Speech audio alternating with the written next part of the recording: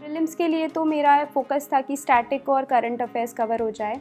तो current affairs के लिए मैंने 2017 ऑनवर्ड्स के करंट अफेयर्स 18 के एग्ज़ाम के लिए किए थे। मतलब जनवरी 2017 से लेके जून 18 तक के 18 महीने के मैंने सारे करंट अफेयर्स किए। यूजुअली हम 1 साल के ही करते हैं, बट मैं वो एक एडिशनल एज चाहती थी, तो वो भी मैंने रिवाइज़ किए थे। बाकी वही सारी बुक्स को पढ़ना और रिवाइज़ करना। मॉडर्न हिस्ट्री को मैंने ज़्यादा टाइम दिया क्योंकि हम कई बार डेट्स में कंफ्यूज हो जाते हैं। उसको मैंने ज़्यादा रिवाइज़ करने पे फोकस रखा। जस्ट एग्ज़ाम से पहले भी मैंने उसको 1 हफ़्ता पहले रिवाइज़ किया था मॉडर्न हिस्ट्री को।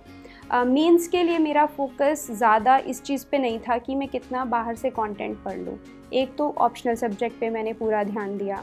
तो ऑप्शनल सब्जेक्ट के लिए मैंने ये किया कि ज़ूलॉजी मेरा ऑप्शनल सब्जेक्ट था, जो कि मेरे पास ग्रेजुएशन में नहीं था, तो उसमें थोड़ा ज़्यादा कंटेंट पढ़ना था मुझे कम टाइम पे।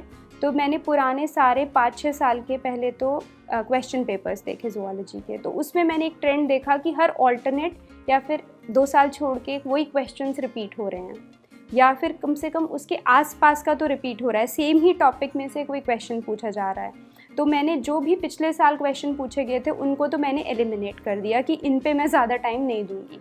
फिर मैंने मेन यूनिट्स में से जिनमें से क्वेश्चन आने की प्रोबेबिलिटी ज़्यादा थी इस बार, उन पे फोकस किया। हर 15 दिन में मैं जो पढ़ रही थी उसको मैं रिवाइज़ कर रही थी।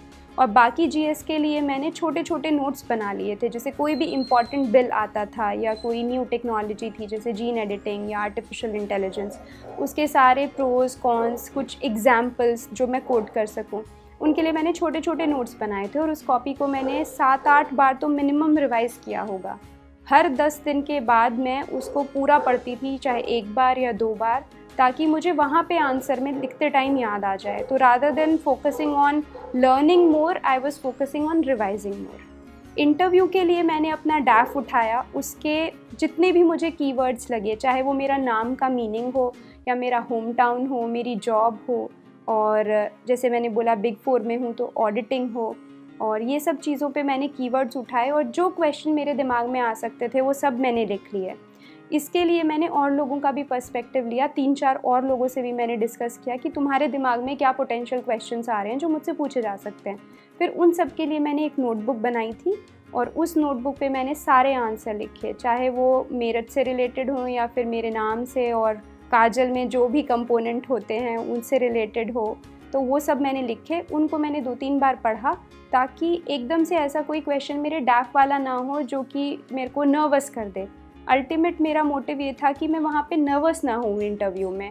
आंसर तो ज़रूरी नहीं है हमें सारे आएंगे, कुछ ना कुछ आंसर तो स्किप करने ही पड़ेंगे। फाइनल इंटरव्यू भी मैंने 3 आंसर नहीं दिए थे, मेरे को बोलना पड़ा I am sorry I don't know. लेकिन अल्टीमेटली था कि मैं वहाँ पे काम थी, बिल्कुल कंपोज थी, क्योंकि वो चीज़ें मैंने मल्टीपल टाइम्स पढ़ ली थी। अपना बैठ के ये अपने आप मैंने थोड़ा एक बार चिंतन भी किया था कि मैं क्यों बनना चाहती हूँ आईएएस, और ये सवाल मुझसे 3 बार पूछा गया था। और इंटरव्यू में मेरे बहुत अच्छे मार्क्स आए हैं, 201 नंबर आए हैं मेरे, अभी कल ही मार्कशीट आई है। तो ये सब किया और पूरा टाइम मैंने मीनवाइल न्यूज़पेपर्स पढ़े और अपना ओपिनियन बनाने की कोशिश की, जो भी अहम मुद्दे उस समय चल रहे थे उस पर, ताकि मेरा कुछ एक फेयर पॉइंट ऑफ व्यू हो जिसको मैं सामने वाले को बता सकूँ। ऐसे के लिए शुरुआत में मैंने उतनी मेहनत नहीं की थी। मुझे लगा था कि जैसे मैं और आंसर्स लिख रही हूँ तो उन्हीं आंसर्स की तरह ही मैं ऐसे भी लिख दूँगी, कंटेंट थोड़ा ज़्यादा लिख दूँगी। सबसे पहला जो ऐसे मैंने लिखा तो वो मैंने जो मेरे टेस्ट सीरीज़ के मेंटोर थे आसिफ सर फोरम आईएएस में, उनसे चेक कराने के लिए भेजा। तो सब ने मुझे यही बोला, उन्होंने भी यही बोला कि इसमें तो कोई स्ट्रक्चर ही नहीं है और आपने सारा जीएस का आंसर लिख दिया है इसमें। तो फिर जब मुझे लगा कि ये और एक एथिक्स का पेपर भी मेरा थोड़ा वीक था कि ये दोनों मेरा स्कोर नीचे ले आएंगे, तब मैंने थोड़े ऐसे घर पे बैठ के पढ़े। तो पिछले बार की जो ऐसे में सबसे ज़्यादा मार्क्स लाई थी अपूर्वा पांडे, उनका मैंने ऐसेस पढ़ा कुछ जो उन्होंने मॉक टेस्ट्स में लिखे होंगे। तो उनकी स्ट्रैटेजी मैंने फिर चूज़ की। वो स्टोरी से स्टार्ट किया था उन्होंने, ऐसे एक कोई फिक्शनल स्टोरी बनाई थी ताकि रीडर को थोड़ा इंटरेस्ट आए, और फिर बाकी अपने सारे पॉइंट्स रखे थे। तो मैंने भी यही स्ट्रैटेजी चूज़ की थी। फिर जब मैंने 15-20 एसेज पढ़ लिए, मुझे एक आइडिया हो गया कि कैसे स्ट्रक्चर होना चाहिए। उसके बाद मैंने 1-2 एसेज और लिखे और उनको भी मैंने स्टोरीज़ की तरह स्टार्ट किया। और जो फाइनल ऐसे भी आया था एक मतलब एक सेक्शन का, सेक्शन बी का, उसमें वो ऐसे मैं पहले प्रैक्टिस कर चुकी थी समवॉट रिलेटेड। तो एक कस्टमरी मोरालिटी करके एक आया था, तो मैंने सेक्शन 377 का जजमेंट उस टाइम पे आया था, तो उसके ऊपर ऐसे लिख के देखा था। तो वो ही जो मैंने एनेक्डोट्स उसमें यूज़ की थी, उसमें मैं वहाँ पे फिट कर सकती थी, तो उनको फिट कर लिया। तो कुछ एक लक फैक्टर भी रहा कि एक प्रैक्टिस्ड ऐसे आ गया, तो शायद उसने थोड़ा एज दे दिया। मेरे ख्याल से सबसे ज़रूरी है कि हम प्रैक्टिस करना स्टार्ट कर दें। मैंने एक बहुत लंबा गैप ले लिया था और मैं अपने आप को ये ही नहीं मोटिवेट कर पा रही थी कि जाके मैं एक टेस्ट लिखूं। उस चक्कर में मेरा बहुत सारा टाइम ऐसे ही वेस्ट हो गया। मैं वेट करती रही कि जब प्री का रिज़ल्ट आएगा तब लिखना स्टार्ट करूँगी। अगर उससे पहले मैंने प्रैक्टिस किया होता तो मेरी स्पीड और अच्छी होती और वो एक फालतू की टेंशन एंड तक पाइल अप नहीं हो जाती। तो हमें ये करना चाहिए मेंस के टाइम पे, सबसे पहले तो हमें फोकस होना चाहिए कि हम इतना कंटेंट पढ़ लें कि वो हमें याद रहे और हम उसको लिख सकें फाइनल एग्ज़ाम में।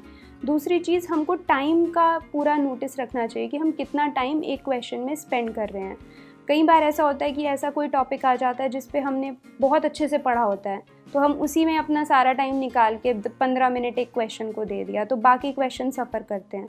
तो हमारा फोकस होना चाहिए कि हम अबव एवरेज आंसर लिखें और सारा पेपर कम से कम अच्छे से अटेम्प्ट कर पाएँ। ऐसा नहीं हो कि अगर 2-3 क्वेश्चन छूट गए तो अपने आप ही आप काफ़ी पीछे हो गए हो बाकी कैंडिडेट से। और फिर आप ये भी करना चाहिए कि आप अपना थोड़ा फ्लो पे ध्यान दें कि आप जिस तरह से लिख रहे हैं, आप पूरा पेपर 3 घंटे में विदिन वर्ड लिमिट पूरा कर पाएंगे कि नहीं। बहुत बच्चे करते हैं कि 3.5 घंटे या 4 घंटे लेते रहते हैं, तो वो मेंटल प्रेशर नहीं आ पाता कि नहीं मुझे ये 3 घंटे में फ़िनिश करना है। तो थोड़ा अपने आप को फोकस रखें कि 3 घंटे में ही मुझे पेपर फिनिश करना है, चाहे वो 10 क्वेश्चन फिनिश हो, चाहे मैं पूरा 20 क्वेश्चन फिनिश कर सकूं। तो ये प्रैक्टिस थोड़ा पहले से ही कर दी जाए अगर प्री से पहले, तो बहुत अच्छा है। अदरवाइज़ प्री लिखते ही तो एटलीस्ट कर देनी चाहिए मेरे ख्याल से स्टार्ट।